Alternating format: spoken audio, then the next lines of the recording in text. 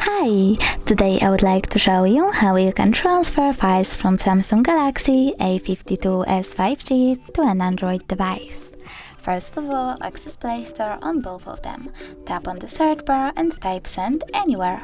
From here you need to download this app from this developer and open it.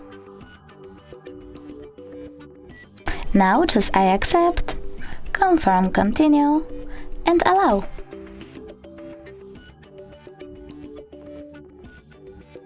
Then you need to select Send on an Android, Send on Samsung and Receive on an Android. Then click on all of those dots and tap on Send in order to send all of your data. It will take a lot of time though, so I will go in the Photos category, select one of them and tap on Send. Then click Got it, and from here we have two ways to connect. You can input this key over here and tap on Receive or Scan QR code. In order to scan it, click on the scanning icon on an Android, click on while using the app or only this time, and point your camera at the code. Then we need to wait. And now, as you can see, my photo was successfully transferred.